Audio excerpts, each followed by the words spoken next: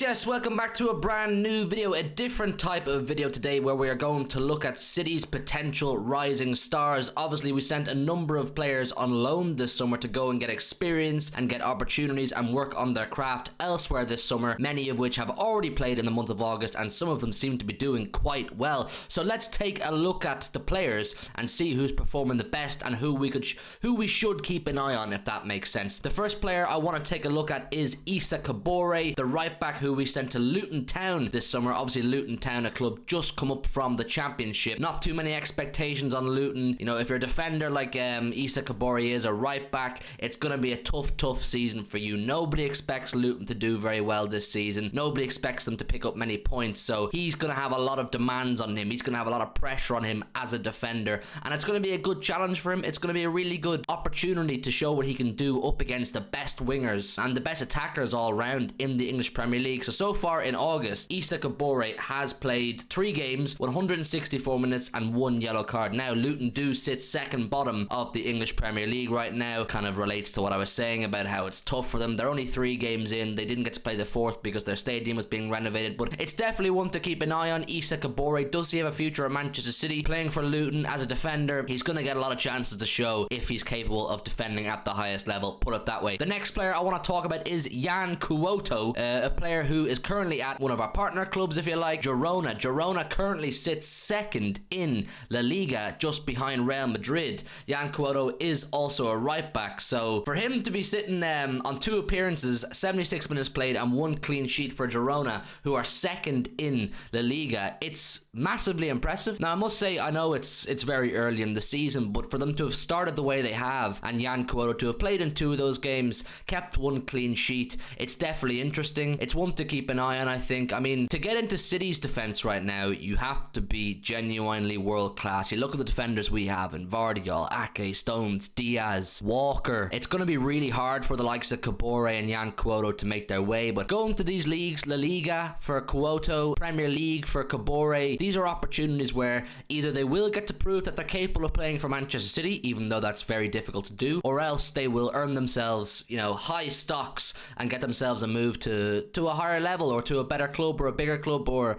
a permanent contract at whatever club they're at right now. So it's definitely interesting to keep an eye on these players, especially in the defensive side of things, because the fact that we haven't actually outright sold them, shows that there possibly is a bit of faith and a bit of hope for these players, if you like, to possibly make it at Manchester City. So keep an eye on those 2. The next player I want to talk about is one we all know very well. That is Delap. I remember Delap so well. It's not that long ago, only a couple of seasons ago, that when he was about 18 years old, we had no striker. We were playing false 9 and we were running with Jesus and Sterling and these kind of players. We were looking for an out-and-out number 9, and Delap, who was smashing it all through the underages at EDS level, breaking records, we wanted him to play for the first team. He never really got the opportunity. He played once or twice. I think he might have scored a goal, possibly against Bournemouth, I want to say, if my memory serves me right, but he never really got the opportunity. Went on loan last season, didn't really work out for him. Now he's at Hull City and it seems to be working really well for Delap. Does this mean he's found his level? Does it just mean he's found the new level of confidence? I'm not too sure, but he's currently sitting on 5 appearances, 1 goal and 1 assist. If you ask me, for a young lad going down to play for Hull, a very physical league there as well, of course, where Hull play,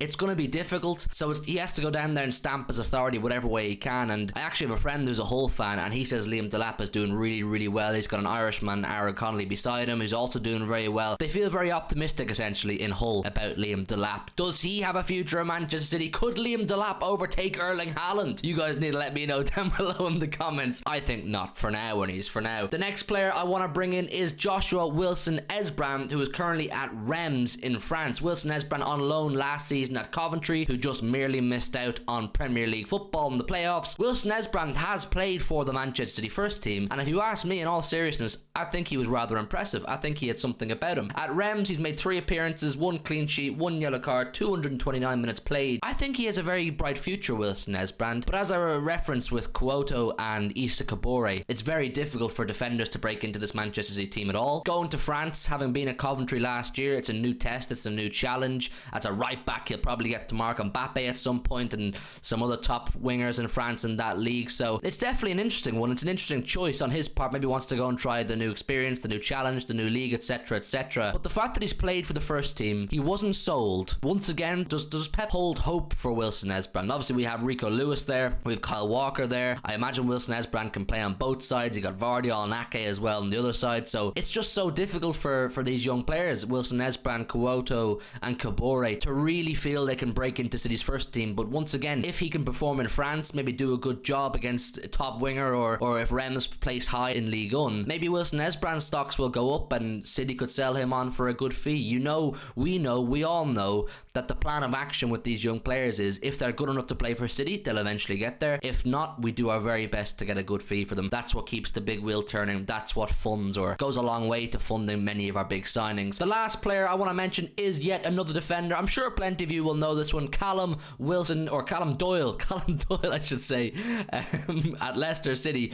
In the Championship now, of course, Leicester City. Feels so weird seeing Leicester play Championship football. It feels like they just should always be in the Premier League. He's played 5 times for Leicester, 450 minutes played, 2 clean sheets, 1 assist and 1 yellow card. It seems to be, from the report that I read, he settled into life very well at Leicester. He's rated very highly at Leicester and they seem to be very satisfied with him. Callum Doyle is someone that many City fans did have hope could play for Manchester City. He could break into the first team. But I'm going to run the line again. For Callum Doyle, Kabore, Couto, Wilson-Esbrand, all these defenders, they're looking at the lads they're competing with. Look at our starting defenders. That's who they're competing with. Can they hit that level? Is Callum Doyle a Championship player, or is he just learning his trade, cutting his teeth, whatever way you want to look at it, and hopefully maybe he could play for someone like a West Ham or an Aston Villa someday? I'm not too sure. It's one to keep an eye on. So I'm definitely going to keep track of these young lads at their respective clubs and their respective leagues. I'll probably do an update version of this at the end of every month. I'll do it in September as well and see what the stats are looking like for each of the players. If any of our other loanees, of course, James McAtee's just gone to Sheffield United.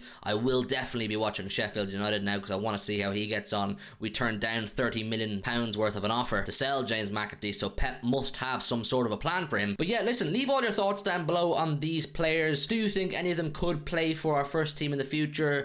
Do you think they're at the right clubs? How do you feel their teams are doing? And just general talk on our loanees, most of them very young too, so let me know down below. If you would do me a favour, please smash a like on this video if you enjoyed these kind of loanee talks. Subscribe as well if you're new. We're on the road to 100k, and I'll see you tomorrow with some brand new content. See you in a bit.